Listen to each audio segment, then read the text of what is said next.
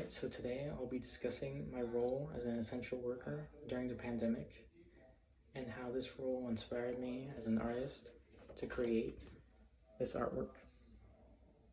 And the significance of this artwork to me and others similar to me during the pandemic. So prior to the pandemic, during my high school years, I started working as a cashier at my local Publix.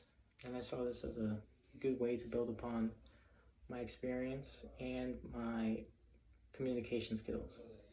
I also saw this as a good stepping stone for my career. As we go into the start of the pandemic, it was a very strange time since things were very unsure. Events were being canceled, schools being canceled, businesses were being closed, and the word essential workers was starting to pop up. Essential workers were basically workers that provided public service to the community, and my job would be considered essential. At first, I didn't really believe my job was essential. I believed jobs like doctors and nurses were much more essential because they dealt with patients directly that had COVID.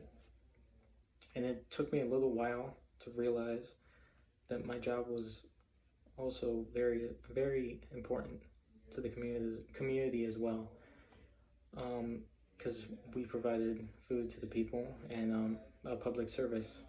So in order to recognize this idea, I drew myself working during the pandemic, and this was done to recognize people similar to me working and providing a service to the public.